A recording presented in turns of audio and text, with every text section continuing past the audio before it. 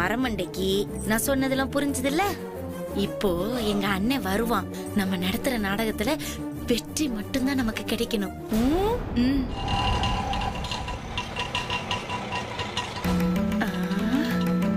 வந்துட்டான் வந்துட்டான். இந்தப்பா.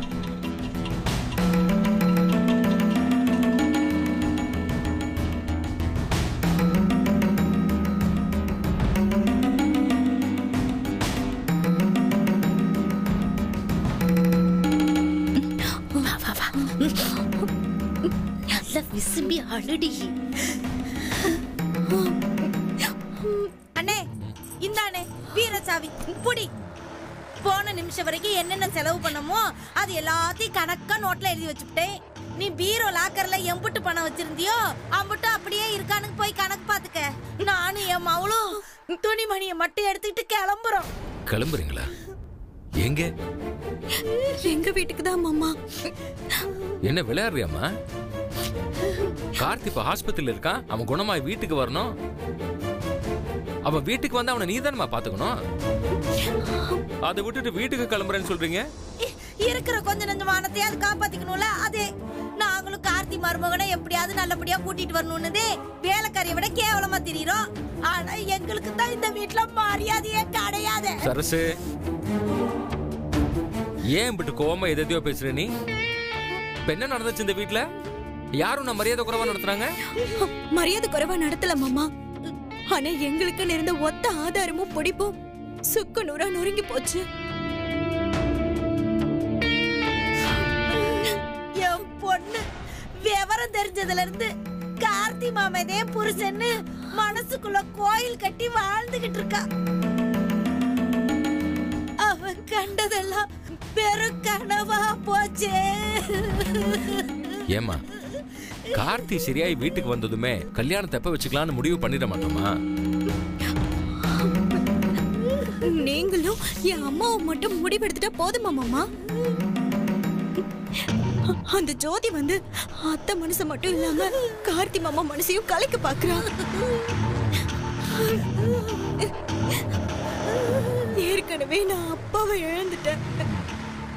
கண் முன்னாடி கார்த்தி மாமாவையும் அந்த குடும்பத்து ஆளுங்க மூலமா இழந்துருவோம் போல இருக்கு மாமா. எனக்கு பயமா இருக்கு. ஐஸ்வர்யா, சரஸ்வதி நம்பிக்கை இருந்தா கூட நீ நம்பிக்கை எடுக்கலாமா? உன் தாய் மாமன்ன வாக்கு தவறு நடக்கிறவனா? ஐயா சாமி, உன் வாக்கு பொய்யாவுன்னு நான் ஒன்னும் சொல்லல. ஆனா உன் வாக்கு பொய்யாவற அளவுக்கு அந்த ஜோதி காய் நகர்த்திக்கிட்டு இருக்காளே.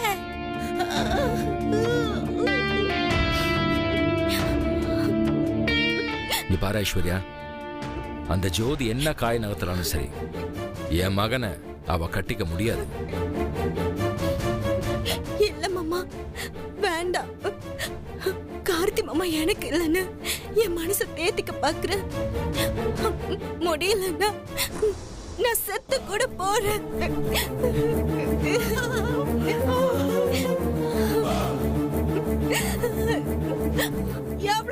நீ மட்டும் தனியா செத்து போவியா?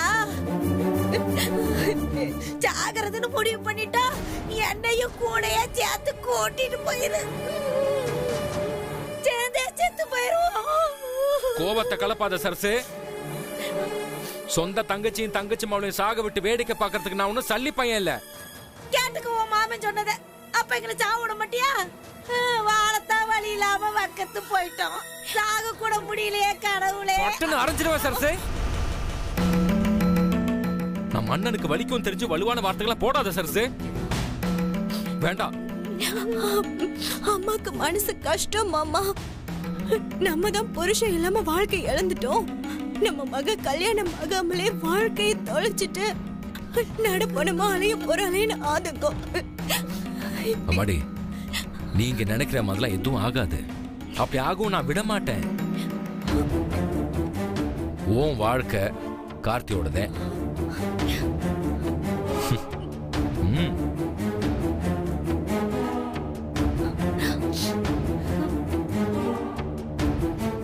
அத கடவுளே கூட மாத்த முடியாது.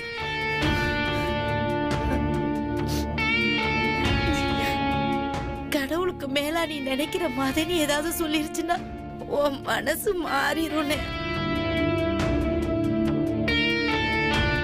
கொடுக்கிற நம்பிக்கையும் தைரியத்தையும் என் மதனி நாளா மடிச்சு தூர எரிஞ்சிருன்னு.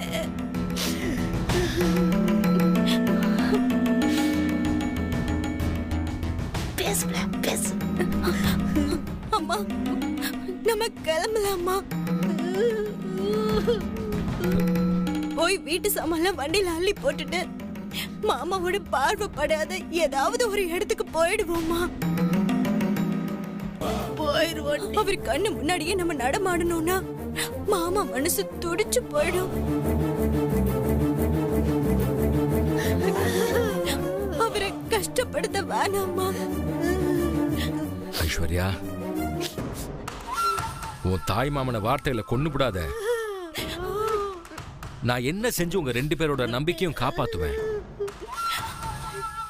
என்ன செஞ்சா என் வார்த்தை மேல உங்களுக்கு நம்பிக்கை வரும்? கார்த்தி டிஸ்சார்ஜ் ஆனதுமே கல்யாண தேதி முடிவு பண்ணிடலாமா?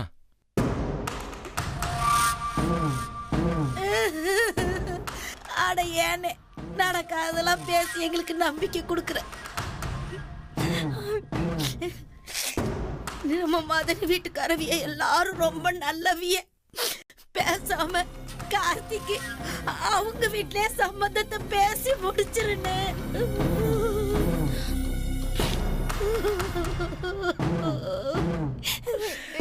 ஏய், நான் சொல்லிட்டு இருக்கேன், திரும்பவும் கிளம்புறோம் சொல்றேன். அப்ப அண்ணன் மேல உனக்கு நம்பிக்கை இல்லையா? அப்படியெல்லாம் இல்லன்னு. உள்ள வா ஐஸ்வர்யா, நீ வாமா.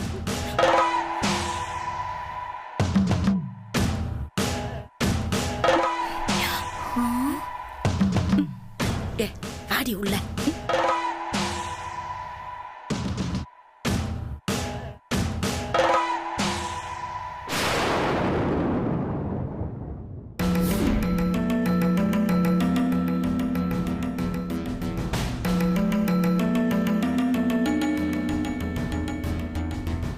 நீ என்ன நம்ப வேணா. இந்த ஊர் ஆண்டுட்டு இருக்காளே என் தாய் ஆண்டாளம்மா, அவளை நம்பு.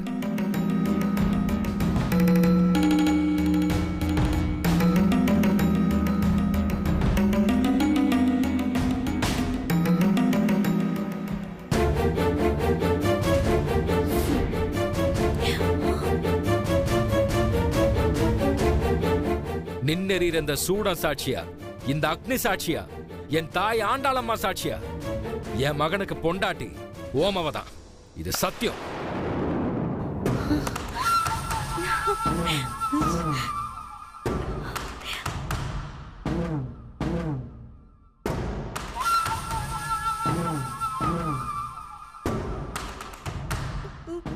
இந்த நிமிஷத்துல இருந்து உன் மக ஐஸ்வர்யா என் வீட்டு மருமகள் ஆயிட்டம்மா.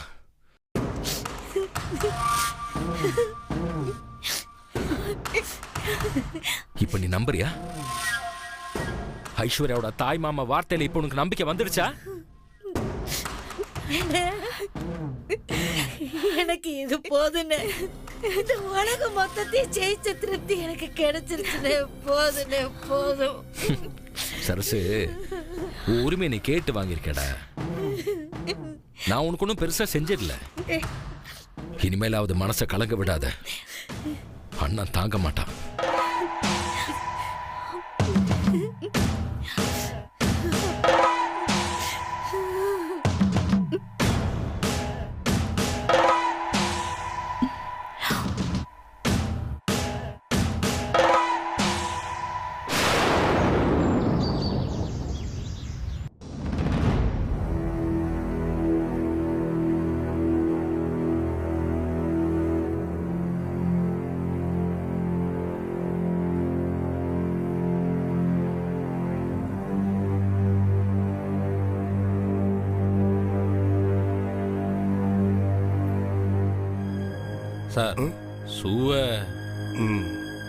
சார், ஷூவை வெளில கழட்டி வைங்க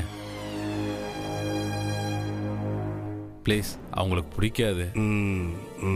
மரியாதைங்கிறது தானா வரணும். கேட்டு வாங்குற பரம்பரையில் இது.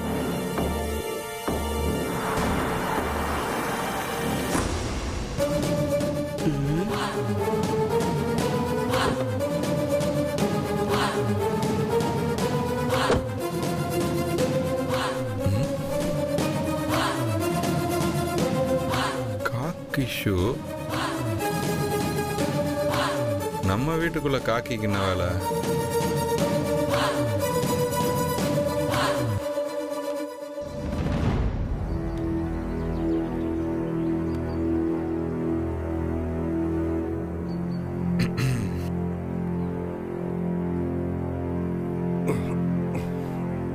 சார் இவர் தான் தர்மா, இளைஞர் அணி அமைப்பு செயலாளர்.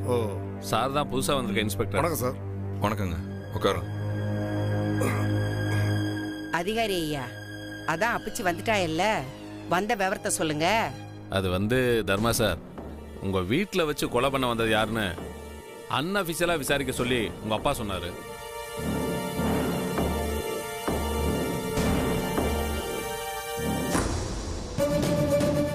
வந்தவங்க நம்ம ஊருக்காரங்க இல்ல, அவங்கள பத்தி எதுவும் தகவல் சரியா கிடைக்கல. ஆனா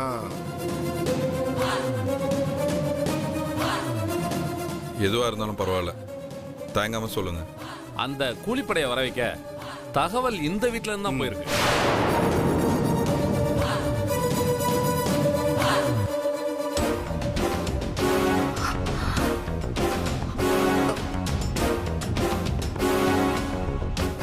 உங்க குடும்பமே இதுல சம்பந்தப்பட்டிருக்குன்னு நாங்க நினைக்கல. இந்த வீட்ல இருந்து தான் தகவல் போயிருக்குன்னு எதை வச்சு உறுதியா சொல்றீங்க? கண்ட்ரோல் ரூம்ல இருந்து வந்த தகவல்மா, இங்க இருந்து யாரோ பேசியிருக்காங்க.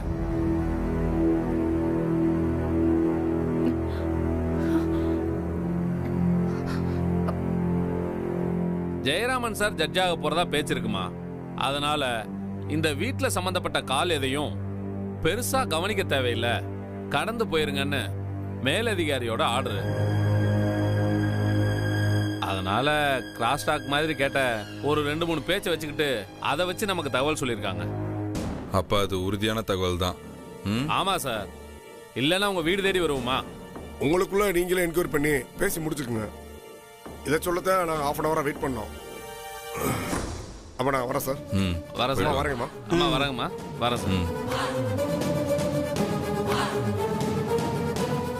அப்பச்சி, அப்பதா அந்த பைய கார்த்தி சொன்னது உண்மையாயிடுச்சு போல இருக்கே. உங்களை கொலை பண்ண வந்த கத்தி இந்த வீட்ல இருந்தே வந்திருக்குங்கிறாங்க.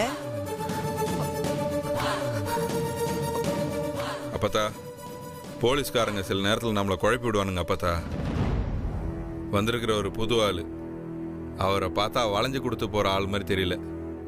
அனாவசியமாக நம்மளை வேலை வாங்குறாங்களேன்னு எதையாவது கொளுத்தி போட்டு போவாங்க. இல்லண்ண, அப்படி இருந்தா அவங்க நம்ம வீடு தேடி வந்து சொல்லியிருக்க வேண்டிய அவசியம் இல்லையே. நீ வர வரைக்கும் வெயிட் பண்ணிருக்க வேண்டிய அவசியமும் இல்ல. நம்ம குடும்பத்துல இருக்கிறவங்க இப்படி செய்வாங்களா? குடும்பத்துக்குள்ளாரன்னு இல்ல. யாராவது ஒருத்தர் கை கால உடைங்க, அப்பதான் உசுறு பயத்துல இவனுங்க உண்மையை சொல்லுவானுங்க. ஏய் சித்ரா, என்ன பேசுற நீ? ஒருத்தர் நான் இந்த வீட்டுக்கு வாக்கப்பட்டு வரதுக்கு முன்னாடி இருந்தே அவர் இங்க வேலை பார்த்துட்டு இருக்காரு. இன்னொருத்தர் நீ இந்த வீட்டுக்கு வாக்கப்பட்டு வந்ததுல இருந்து இங்க வேலை செஞ்சுட்டு இருக்காரு. இம்புட்டுக்கும் அவரை சிபாரிசு பண்ணதே நீ தானே. அவங்கள ஏன் சித்ரா சந்தேகப்படுற? வேற யார சந்தேகப்பட சொல்றீங்க? எம்புட்டு நல்லவனுக்கும் பணத்து மேல ஆசை வந்துருச்சுன்னா நாக்கு புரண்டு பேசுவானுங்க. அவனுங்க 4 தப்பும் பண்ணுவானுங்க. அண்ணி, அப்படியெல்லாம் இல்ல. நீங்க வேலைக்காரங்களை பத்தி பேசுறீங்க. இவங்க 2 பேரும் விசுவாசிங்க. எவ்வளவு பணம் கொடுத்தாலும் உண்மையான விசுவாசத்தை யாராலையும் விலைக்கு வாங்கவே முடியாது.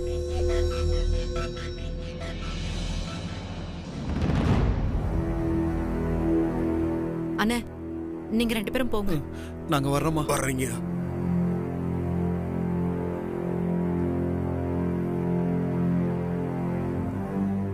அப்பச்சி, நம்ம நிழலையே நாம சந்தேகப்பட்டு திரியற மாதிரி நம்ம நிலைமை ஆயிப்போச்சு பாத்தியாளா? குடும்பத்துக்குள்ளாரையே கொலை பண்ண துணிஞ்சது யாரு? நாம யாருன்னு சந்தேகப்படுறது? அப்பதா, போலீஸ்காரன் சொன்னதை நம்ம தூக்கி போடவும் முடியாது. அப்பதா, இப்பதான் யார் போன்னாலும் யார் வேணாலும் ஆப்ரேட் பண்ண முடியுமாமே.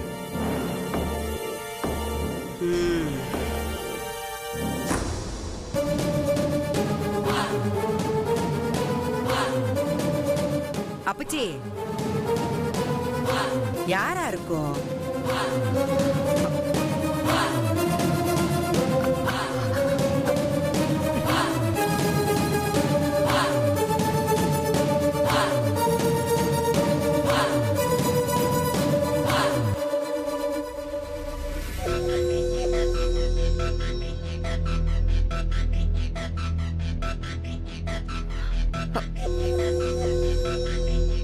என்ன ஜோதி, என்னையே அப்படி பாக்குறவ? ஏன் இப்போ எல்லாத்துக்கும் டென்ஷன் ஆகிற? என்னதான் பிரச்சனை உனக்கு இப்போ? என்ன பிரச்சனையா? நடு ராத்திரியில என் புருஷனை கொல்ல ஆளுங்க வருவாங்க. அவங்கள சண்டை போட்டு விரட்டினேன்னு குடிகார பையன் ஒருத்தன் சொல்லுவான். அவனே குத்திக்கிட்டானோ இல்ல அவனை வந்தவங்க குத்தினாங்களோ அது சாமிக்கு தான் வெளிச்சம். இப்ப நீங்க கார்த்திக் மாமாவை பத்தி ஏன் பேசுறீங்க? அவர் அண்ணனை காப்பாத்திருக்காரு. பதிலுக்கு அவரை நாம காப்பாத்தி அவர் வீட்டுல ஒப்படைச்சாச்சு. அந்த பிரச்சனை அதோட முடிஞ்சிருச்சு. பிரச்சனை அதோட முடியல. என் புருஷனை கொல்ல நானே ஆளுங்களை வர வச்சேன்னு குத்தம் சொல்ல துணிச்சிட்டல நீ. நான் எப்போ? சித்ரா, அளவுக்கு மீறி பேசுற. வீட்டு ஆளுங்க கிட்ட விட்டு கொடுத்து பேசுறதுக்கு பழகு. அதை என்கிட்ட மட்டும் சொல்லுங்க, அவகிட்ட சொல்லாதீங்க. என்ன நீங்க யாரும் இந்த குடும்பத்துல ஒருத்தியா பாக்கல, வேற வீட்டு புள்ளையா தானே பாக்குறீங்க. ஏய் சித்ரா, நீ இருக்கிற மனநிலையில உனக்கு என்ன பேசினாலும் புரியாது. போ, உள்ள போ. ஏன் என்ன விரட்டுறீங்க? அப்போ நான் சொன்னதுதான் உண்மை. எனக்கும் இந்த குடும்பத்துக்கும் சம்பந்தமே இல்ல. உங்க தங்கச்சியை நான் கையெடுத்து கும்பிடணும். தப்பு பண்ணா கேட்க கூடாது. சித்ரா, அவன் அப்படி சொல்லல. சம்மந்தம் இல்லாம நீ ஏன் இப்படி பேசிட்டு இருக்க? உன்னை வேற வீட்டு பிள்ளைய பார்த்தா உன்கிட்ட நாங்க இப்படி எல்லாம் பேசுவோமா? ஆஹா, என்ன வச்சு பேசினதுனால நீங்க குத்தமில்லாதவங்க, நான் தான் குத்தவாளி, அப்படிதானே? அப்படிதானே உங்க மனசுக்குள்ள இருக்கு? ஏய் பைத்தியம், வாய்க்கு வந்த மாதிரிலாம் பேசிட்டு இருக்காத, அரைஞ்சிருவேன். சொல்லிட்டு இருக்கேன்ல, போ உள்ள போ.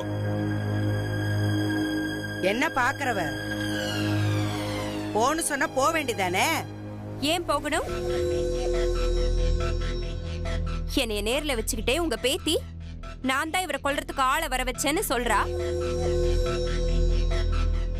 அடுத்து 1000 குத்தம் சொல்லுவா. நீங்க எல்லாரும் தலையாடிட்டு கேட்டுட்டு இருப்பீங்க. நான் மட்டும் உள் ரூம்ல உட்காந்துக்கிட்டு ஏன் விதிக்காக கண்ணீர் விட்டு அழுதுகிட்டு இருக்கணுமா? வார்த்தையால ஊசி எடுத்து குத்துறவளை விட்டுட்டு வலிக்குதுன்னு கதறவளதான் தண்டிப்பீங்களா? இதான் உங்க நியாயமா? ஏய், நானும் பாத்துட்டே இருக்கேன். அப்பதான் என்ன பேசிட்டு இருக்க? நான் திமிரா உனக்கு? அண்ணா சும்மா இருங்க. விடு. அடிங்க சாமி, நல்லா அடிங்க. உங்க குடும்பத்தோட கோவத்தை தீர்க்கவும் நீங்க அடிச்சு துவைக்கவும் தானே எங்க அப்பா என்ன பெத்து வளர்த்து சீர் சனத்தி செஞ்சு உங்களுக்கு என்ன கட்டி வச்சாரு. அண்ணி, ஏன் அண்ணி இப்படி எல்லாம் பேசிட்டு இருக்கீங்க? நீங்க நான் உங்களை பார்த்ததுதான் தப்புன்னா அதுக்கு நான் மன்னிப்பு கேட்டுக்கிறேன். ஜோதி, என்ன போதுமா? இரு, சாதாரண விஷயத்தை இவ்வளவு பெரிய இஷ்யூ ஆக்காதீங்க அண்ணி, ப்ளீஸ். யாரு பிரச்சனையாக்கனா? நீ பிரச்சனையாக்குறியா இல்ல நான் பிரச்சனையாக்குறேனா? அத்தை வீடுன்னு நீ வெனக்கார வீட்டுக்கு போயிட்டு வரப்போ இல்ல அதனால வந்த பிரச்சனையை நான் எடுத்து சொன்னா அதை ஏன் பக்கமே திருப்பி விடுவியா? இல்ல நீ என்னாச்சுமா? ஏன் அத்தை கூட சண்டை போடுற? வேண்டுதல் உள்ள போடு. அடி சாவச்சிரோம். நீங்க குழந்தை தள்ளி விடுற, குழந்தைகிட்ட கோவத்தை காட்டுறமா? ஏற்கனவே அவ புத்தி மாறாட்டம் அந்த மாதிரி பேசிட்டு இருக்கா, நீ வேற அவளை அடிக்க போற? ஓ, இப்போ பைத்தியக்காரி பட்டம் வேற கட்டுறீங்களா? நல்லா இருக்கு சாமிகளா, ரொம்ப நல்லா இருக்கு. டேய் அண்ணி, அண்ணி, அண்ணி, என்னடா